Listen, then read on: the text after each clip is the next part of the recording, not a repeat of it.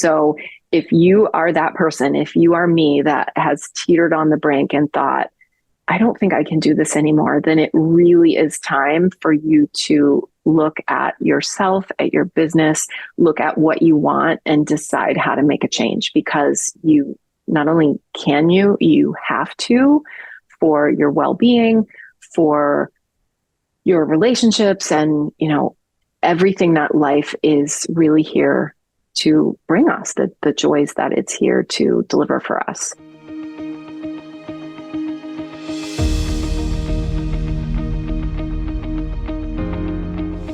Hello and welcome to the Studio Takeover podcast. I'm Kat Ford Coates, and today I am joined by none other than Heather Crowder. Heather is based out of Maryland and really specializes in higher volume studio work. And one of the reasons that I was so excited to even see her application to be on the podcast was because people in this space assume that it has to be these super long photo shoots to make money. And that is not the way in all cases. Heather, welcome. Thank you so much, Kat. I'm so happy to be here and excited to talk about the V word, volume, which for some people can be a scary and an intimidating word. But for me, it's really become what kind of lights me up. That's incredible. And I'm going to guess that quality time is probably not your number one love language. With the people I love, yes. But I guess with the people I'm photographing, maybe not. Yeah, I love them, but give me more of the people in less time versus one person over the course, over the course of a day. I think we'd tire of each other. I think so. Well, and see, what I love about your business model in volume, right, is the model itself of portrait and, valuing and creating a business structure doesn't have to be about 5-hour-long sessions and super amounts of creativity. It's in your world, I'm assuming, and correct me if I'm wrong, but really in your world, it's about like precise action. And really that action starts with engagement, right? All of us, and we talked about this for years, all of us really have to engage with our clients. We have to connect with our clients so that they can be who they are and we can capture that, right? So it's not just stand and smile, old time school pictures, right? Yeah. Where you're just capturing somebody's likeness. We really want to capture who they, right? Exactly. And, and, when I talk about photographing schools, that's immediately where people think, but really it is about engaging and connecting with people. And from that, the action follows. And I think what I've learned over now 15 years of photographing volume, and my volume is very small in comparison to traditional volume where they're photographing thousands and thousands of people a year. But I think what has come out of 15 years of photographing first children at school and now adults with headshots is my ability to connect and engage very quickly.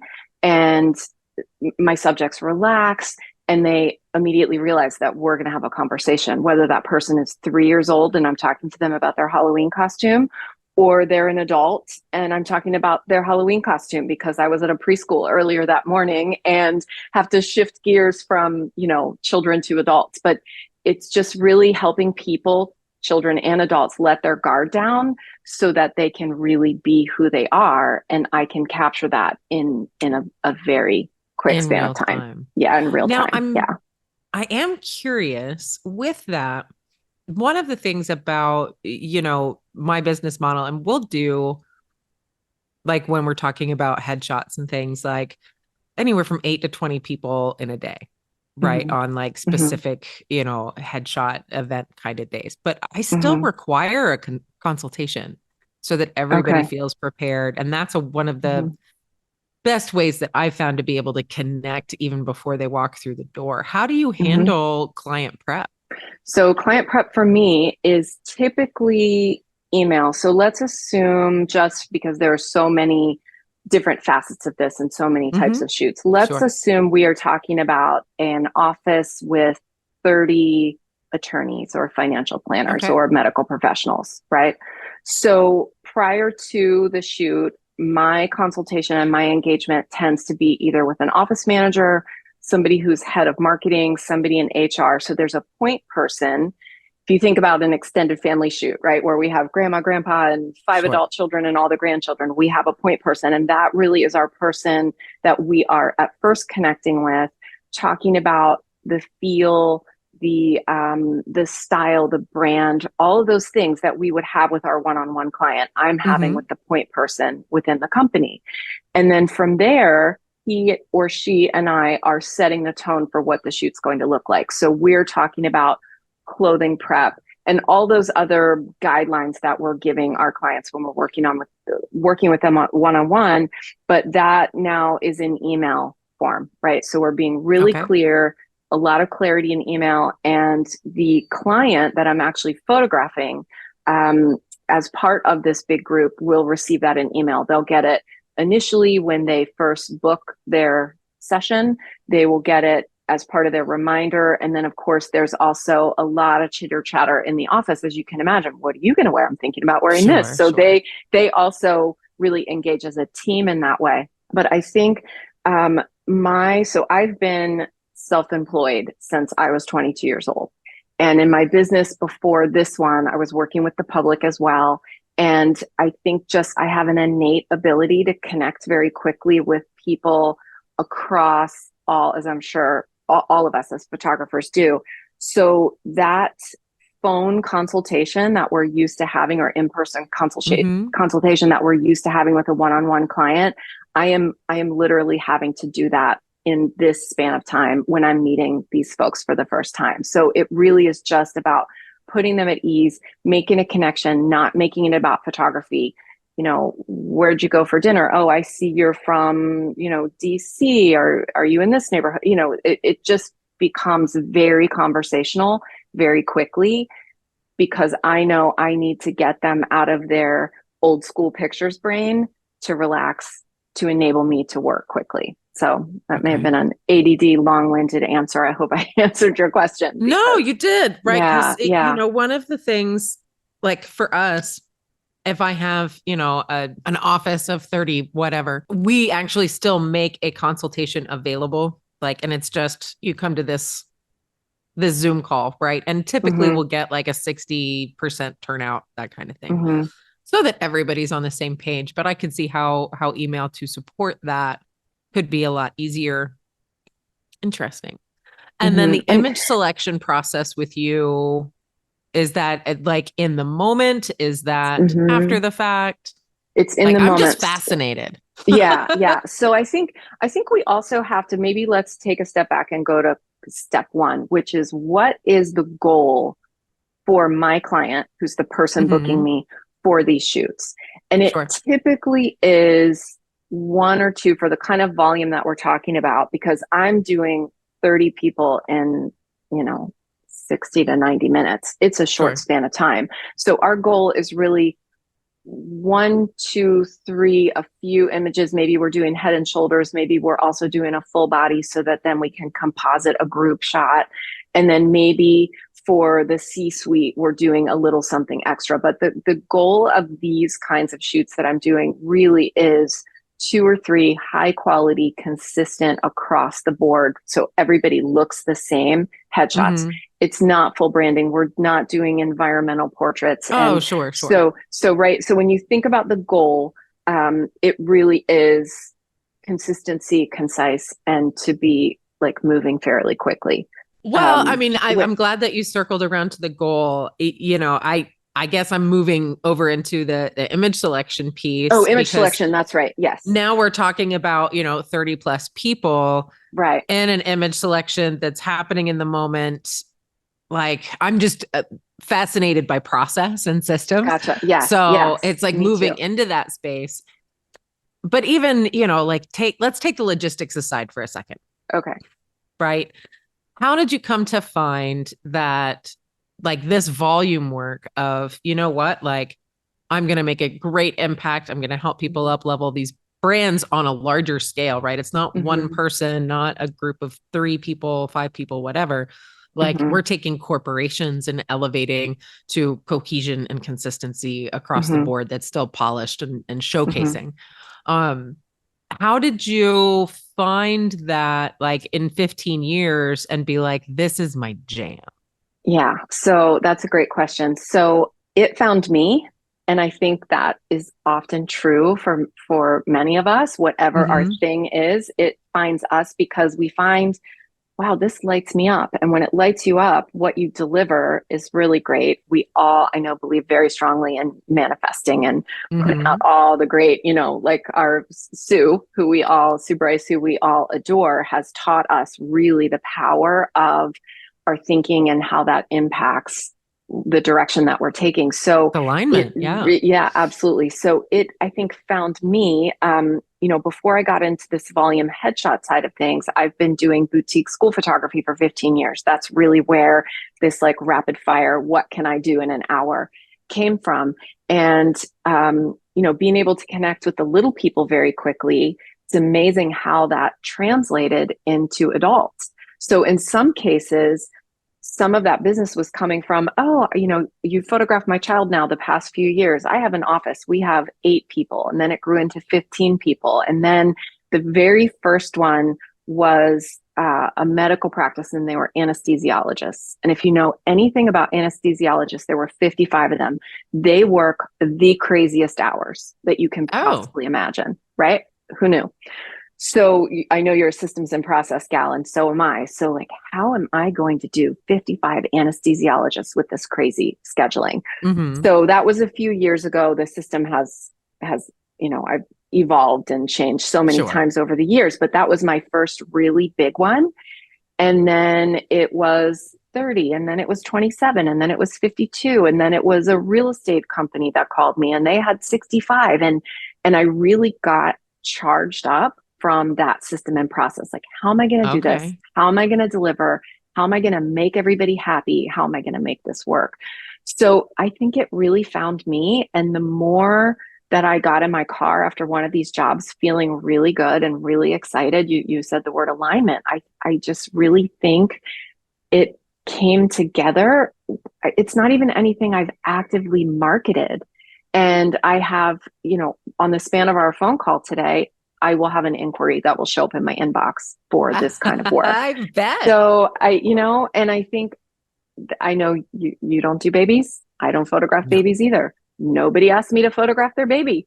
Imagine that, right? And so this is it's just really evolved in that way, and it truly is the power of your thinking and your intention and what you tell the universe that you want to do.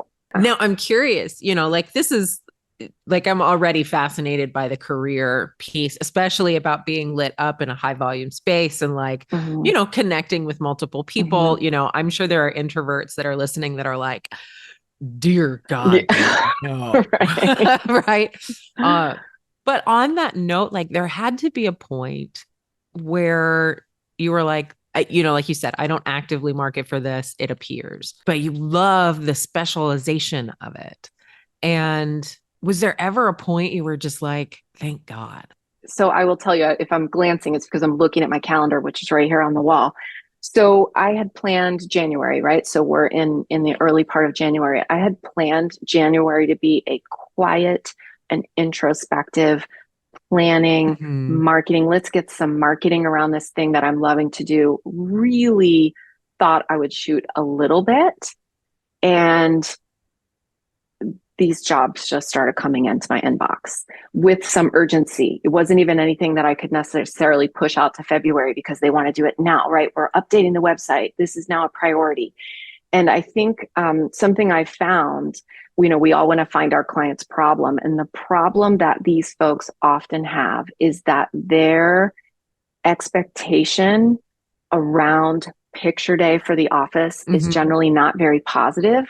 It's clunky, it's cumbersome, nobody wants to do it. Sure. It takes a lot of time, it's pulling people away from their desks. So I think when I do have that consultation phone call and they realize, wow, she is going to make this so easy and she seems a little quirky, so I think we're going to have fun while we're at it. That just furthers their desire to make this happen. And my January that I thought was going to be talking to you and spending some time at my desk has really become a month of shoots in Huh. this genre. So, which is amazing. Surely there have been like some in the moment where you were like, I can't believe I did that, or some sort of Oh perceived yeah, yeah. failure that now you are just like, thank God that happened, Uh-huh. at this point, Uh-huh. because it actually allowed X, Y, and Z to happen. I think there were a number of them, right? There's a series of evolution. But that is, as you said, that's how we really refine and get Mhm. down to what we're doing. So prior to these kinds of shoots, the majority of the work that I was doing was on location child and family photography. Okay. So that looks like your bag needs you need your camera, you need your lens or lenses, right? I use a couple. I'm a pretty simple gear gal. Batteries, cards, right? The whole shebang. So there's my bag. And then you add in now some lighting, right? Because I'm going to the office. Then you realize I'm 5 feet tall. Then you realize really quickly, wow, everyone else is taller than 5 feet tall in an office full of people. So I didn't have anything to stand on, right? It wasn't, I didn't have my Apple boxes from the studio. So Hmm. I am looking around like, okay, you're up there. I've got to be up there too. So office furniture seems like the thing to use. However, a rolling office chair, Oh no. not what I would recommend. Oh no. I only wish I'd have been captured on somebody's video because I would be a meme. There's no doubt. It was like legs up, so, everything flies. Fortunately, nothing, including me, was broken. I didn't break any equipment, got some great laughs out of the group. But now I travel with a little footstool. And I think it just really, my preparedness now for these jobs with multiple cameras, backup lights, I tether, and you had asked about image selection. Hmm. So I now have extra of everything. But most importantly, I don't leave my studio without that stool, my little portable footstool in the car. So I think the preparedness piece for sure is something, Yeah. because there's no room for error when you Right. have a line of people waiting Yeah. for their Can turn. somebody call John to come back down? I know he was here 20 minutes Yes, ago, but X, Y, and Z right. for sure. Yes, exactly. Yeah. Well, it's interesting because like the preparedness really is key. For me, a lot of the preparedness came in with destination work because with Hmm. destination work, you're on location and oftentimes not in my city, right? So I'm Mm-hmm. flying with Hmm. a production team to go on location, whether we're talking about Vegas or New York or wherever. And the same is true, right? You start Hmm. with a pretty minimalist gear bag. You're like, I've got Hmm. batteries and cards. I'm good. Hmm. And then next thing you know, you've got like three lights just in case one of your lights for your two light setup goes out, and Right. two camera bodies and these lenses, and Hmm. not to mention fabric and clamps and all the things. And thank God for assistance. Oh, assistance. Right. Now, Yes. do you work with an assistant or a producer when you go on location for these like long multiple people in a day situations? It varies depending on how many people and how much time I've allowed myself kind of per person. So ideally, I do have an assistant come with me, and she helps with the image selection piece. So Okay. I am shooting tethered, so that they can see in the moment, not only, and what I find is really beneficial about this, especially when we're talking about volume and where the timing is so important. I find I shoot a lot less. So I am a chronic overshooter. And when you are shooting for a gallery to send somebody a proof gallery, you often, I think, feel like you have to overdo it. Like, I need to make sure I get every angle and all the things. Hmm. And 25 images later, for them to select their one or two headshots, you've photographed a lot.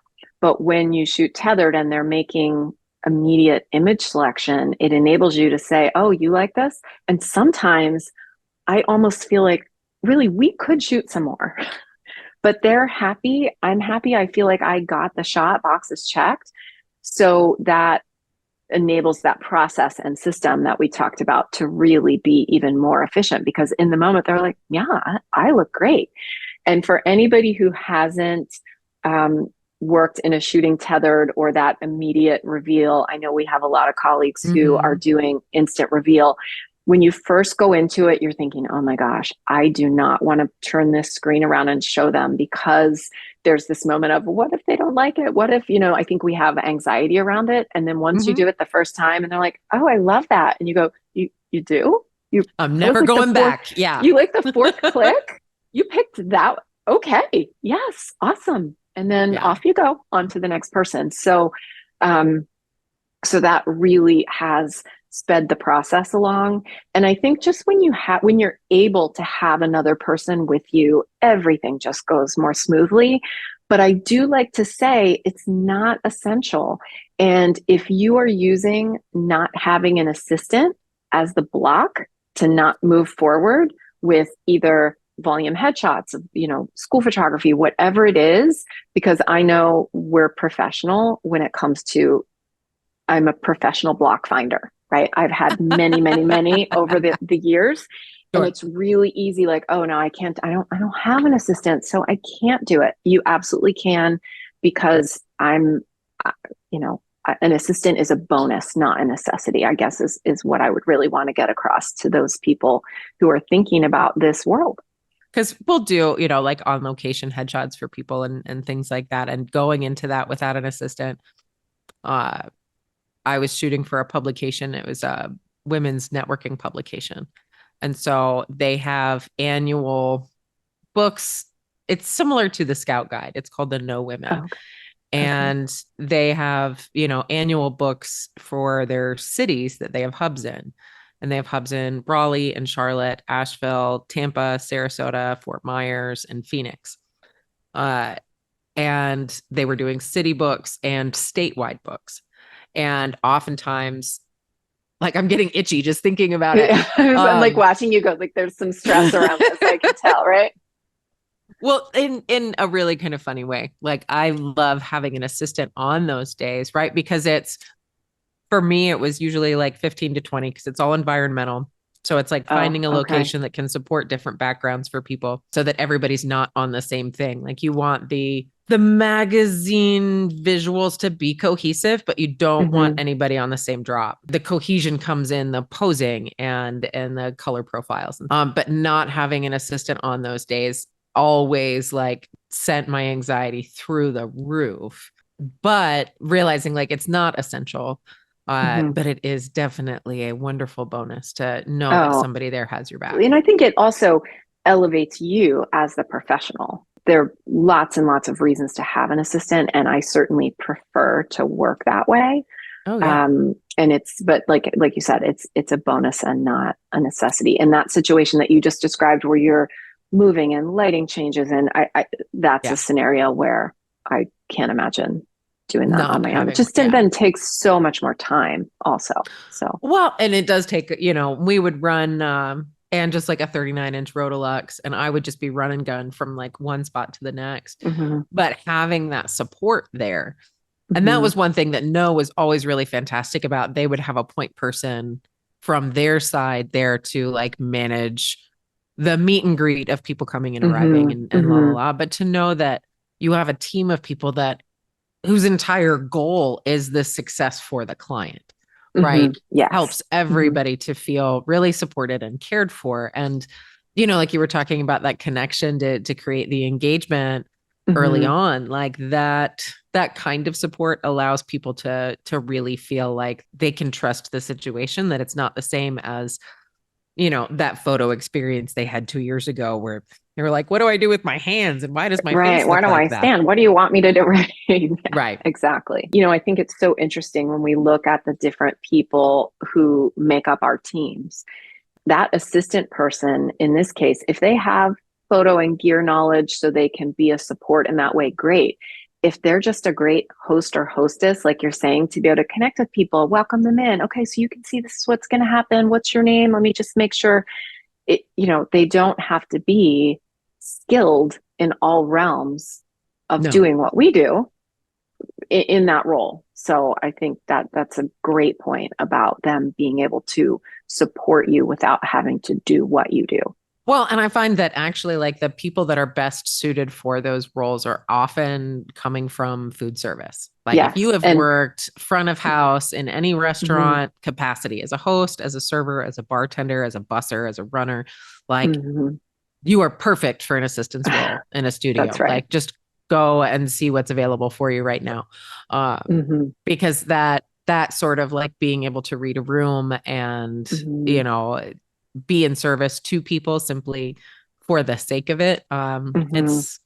It's not something that is the experience of that is not something that I would take lightly. Now, Absolutely.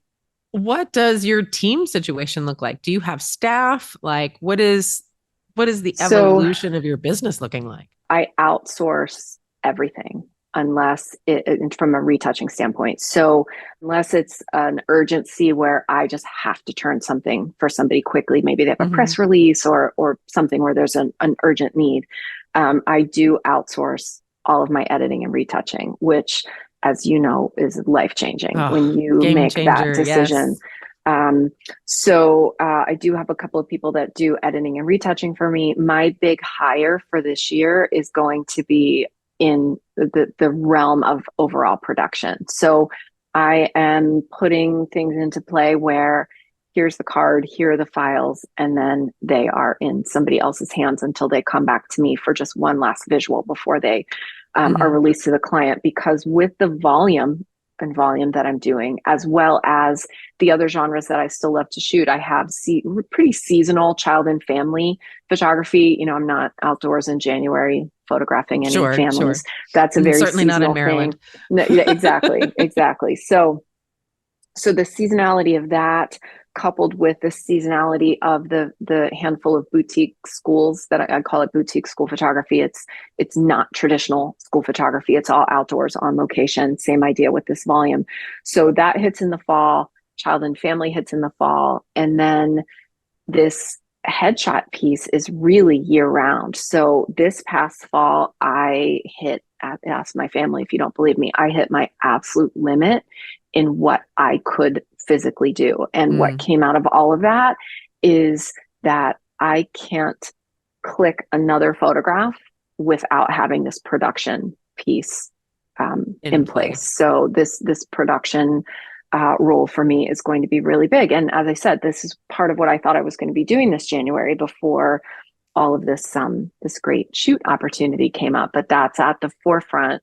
You know, I know you know that all too well. Like, oh, if the clients would just leave me alone, I could get my work done. Right? I was in retail before this, and that used to be something that we would always say to each other, like, I can't get anything done because the customers won't leave me alone.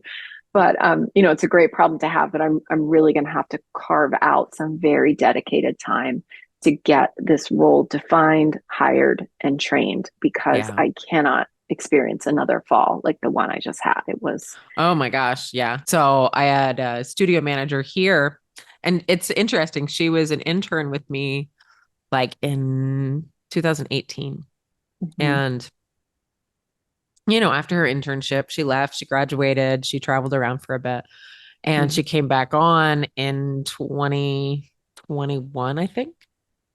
Um, like I was looking for a studio manager and she was like, "Oh my God, Kat, you have a job opening. I just moved back to Asheville." I was like, "Yeah, girl, come on in." And she and her boyfriend own an art gallery together.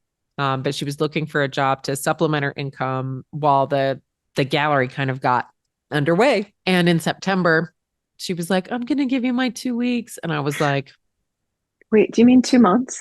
Do you mean 6 months? "Did you just tell me in September that you're leaving in 2 weeks?" Okay. You know, just like you know, because Yeah. Q4 is traditionally, you know, it has always been our busiest Hmm. season. But in building Studio Takeover and the studio, like I actually just sort of redelegated responsibilities between myself and my associate photographer. Because Hmm. coming into the busy season and all of the launches for the programs and all of the things, I was like, I do not have the bandwidth to train somebody Hmm. right now. It's actually been quite a blessing because it was showing me where my leadership skills really needed to be shored up in how I was Mm-hmm. training other people, because my Mm-hmm. associate photographer, who has been with me for 4 years, uh, wasn't aware of a lot of the steps that the manager was responsible for because they never had to do them. Right. Right. Right. And they've had me as a mentor and a leader now for 4 years. And I was like, how do you not know this? Oh, Mm-hmm. okay. And like, so creating some SOPs and things like that have been on the radar, but which is great for the courses and things. I can bring some added value there too. But as you build a team, like, you don't quite understand what all goes into that training. So I do hope you give yourself a little bit of Mm-hmm. grace, at least maybe in February, to get some of that mapped out, because Yeah. hitting a fall like that, I can't imagine. Like, Yeah. And then I also took this program that actually I would encourage anybody to apply for. It's the Goldman Sachs 10,000 Small Businesses program. Have you heard about this? So it's amazing. So you can Google it. It's free. You have to meet certain criteria to sure. qualify to apply, but it was incredible. And when I was accepted into the program in the fall, had a conversation with my husband, like, okay, I can do this, right? On top of all the things.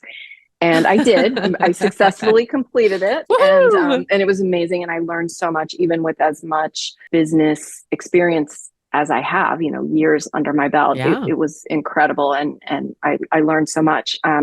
So I would encourage anybody to look at that. It's basically education for entrepreneurs. Big companies train their people in so many different realms, and our Right. training is School of Hard Knocks, right? So Yeah. so that was amazing. And I mentioned that because I think that workload was really the tipping point. So as you said, Q4, right? We're all used to fall being bananas. Anybody in the photography business, I would say 90% of us experience that fall. Oh my gosh, am I going to get through it? Every fall, I have had this experience of never again. No, it's not going to be like that anymore. And I think I'm this taking fall, December off. I'm taking, yeah. And I think this fall, when I got to the backside of it, and I mean, talk about skidding into Christmas, when I got to the backside of it, the universe was like, look, you've been saying year after year that you Mm-hmm. weren't going to do this to yourself again. If we, the Mm-hmm. stars haven't made it clear to you that you cannot ever do this again. If the message isn't loud and clear, I just need to go work at Starbucks, which I threatened a couple of times to do this fall because it got pretty ugly. We're just one person. I have ADD that can be off the chart sometimes. And I think that that's true for a lot of us. It's not just a matter of managing our time well. I think we think that there are really 30 or sometimes 40 or 50 hours in a day when in fact there aren't. And like, sure, I can, best intention, sure, I Can can put fit that on that my plate. in. Sure, I can fit that in. Oh, and then the next thing and I'm looking to see if my local Starbucks is hiring. So, and you posted something, I don't remember what Facebook group I saw it in just in the past 24 hours that speaks to this next piece, like hashtag people pleaser, but also hashtag, financial security. And I think Mm-hmm. to either let money go, to push money out, maybe I can do that next month, can be really scary in the entrepreneur space Oh coming out yeah. of COVID, where, and what I was referring to that you posted, somebody was talking about raising their price. And a legacy or longtime client said, "Oh no, I don't want to pay that Mm-hmm. price." And what I read into, I think it was a woman, into her post, it wasn't so much about how do I manage this client. I think she was wrestling with letting this kind of guaranteed income Yeah. go, where it She was definitely somebody was. that she had photographed year after year. It was just she knew she was going to make XYZ. And her Now question that's to gone. me was far more about how do I let this go than it was how do I address and deal with this client. And I think your response was spot on. It was if you are going to grow, you have to let this go. Mm-hmm. And that was the big message for me with my fall of I could not have clicked my camera one more time and survived. And that feels melodramatic. And then I will say to my husband, was it really that bad? And he will go, yes, it was. Let's be clear. Be like, I'm So, still not speaking to you. Ask me again yeah, next week. yeah. I mean, my family and their support all the time is incredible in supporting this entrepreneurial thing that I do, but this fall in particular. So if you are that person, if you are me that has teetered on the brink and thought, I don't think I can do this anymore, then it really is time for you to look at yourself, at your business, look at what you want and decide how to make a change, because you not only can you have to, for your well-being, for your relationships, and everything that life is really here to bring us, the joys that it's here to deliver for us.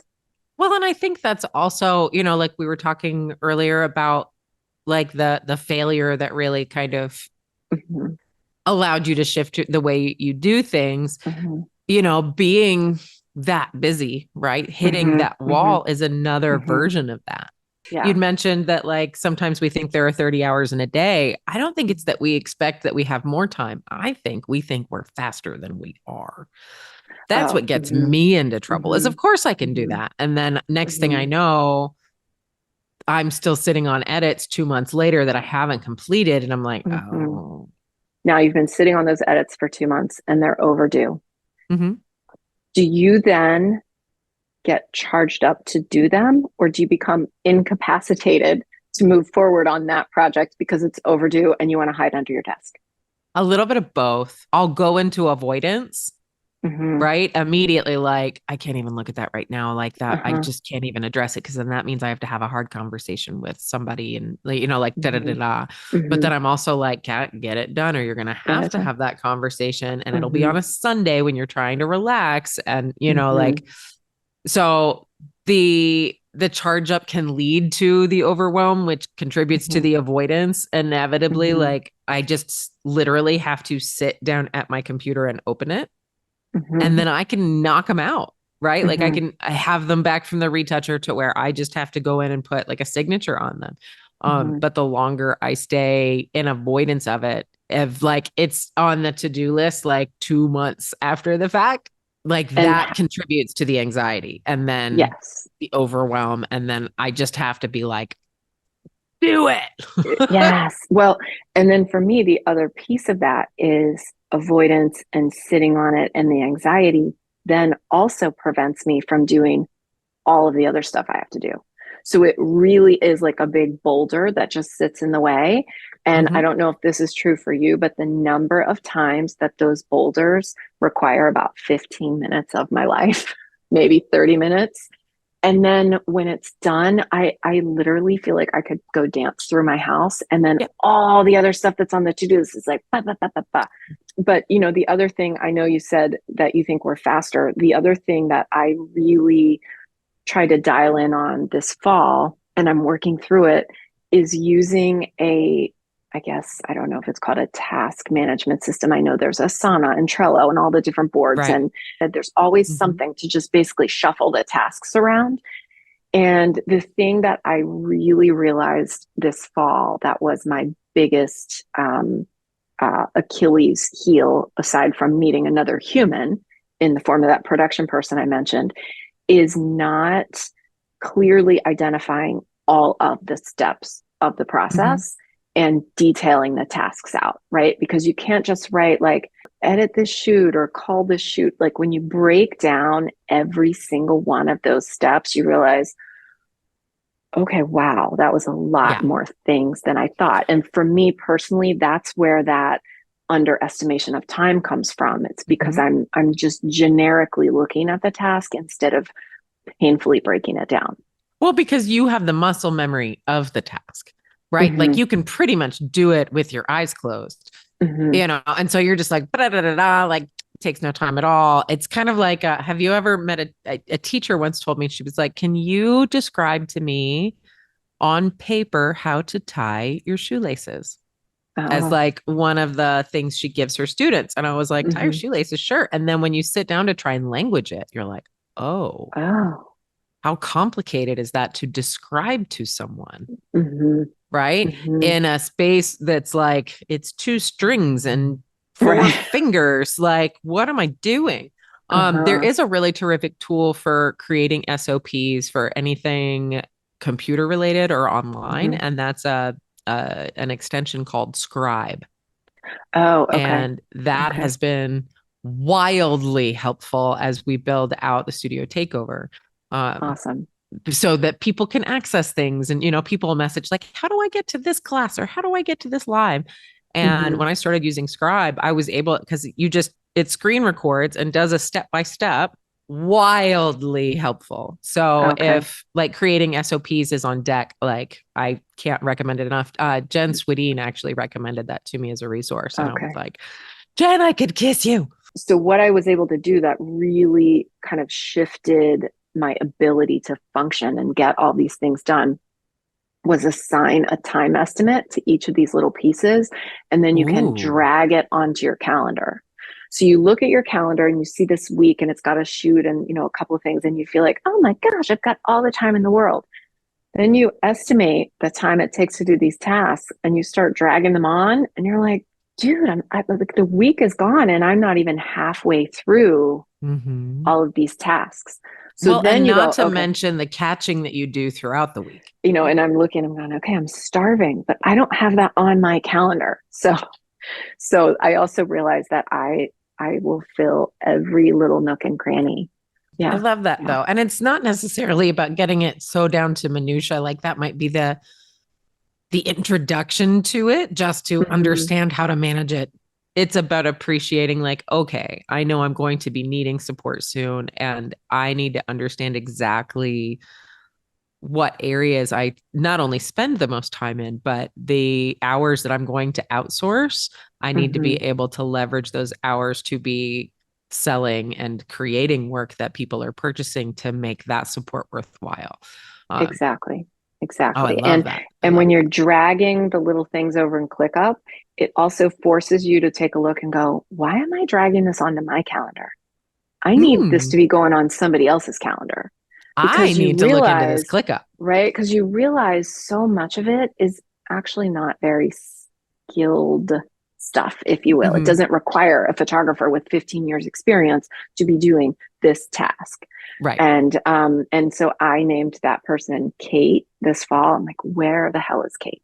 Because Kate needs to be doing all of these Kate, things. where are you? Kate, Kate, are you where are you? listening? I'm dragging these onto your calendar. I just need to find you, right? So it's for me, it's been a really great tool. And the fact that it's free is a bonus because how many subscriptions to a million Oh, different tools and platforms and things do we all have? yeah. So I'll check back maybe by the time I see you at WPPI, I'll really have this thing down and Oh, I love it. can Well, I'm going to yeah, look into it as soon as we get off this call, Heather. yeah, yeah. So, Heather, what is next for you? Well, I'm excited about really giving myself permission to niche down and Mm, truly focus on this thing that we've been talking about, whether it be the corporate headshot side, bringing more schools on board, bringing associates on to photograph both of those genres, because I feel like it is a replicable.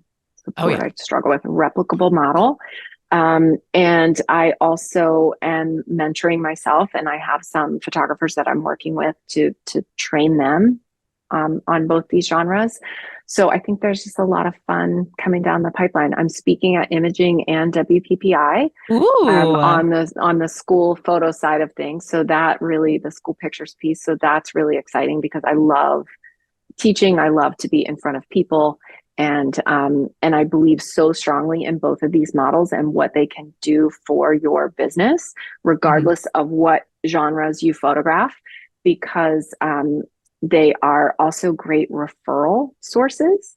So when you go to an office and you photograph 50 people, you now have contact information for 50 new people who you just engaged with, created a beautiful image or images for, and it's a warm lead, right? They know Right. you. So when you show up in that inbox, it's They're going to not, open it. they're going to open it. Right. Right. Yeah. And they have families, they have, perhaps they have children and families, other things that they may need photography services for. So these genres serve as such an incredible referral base. And I think that's something that a lot of people miss when they think about either school photography or headshots or whatever. All of the genres that we photograph truly do feed the other genres.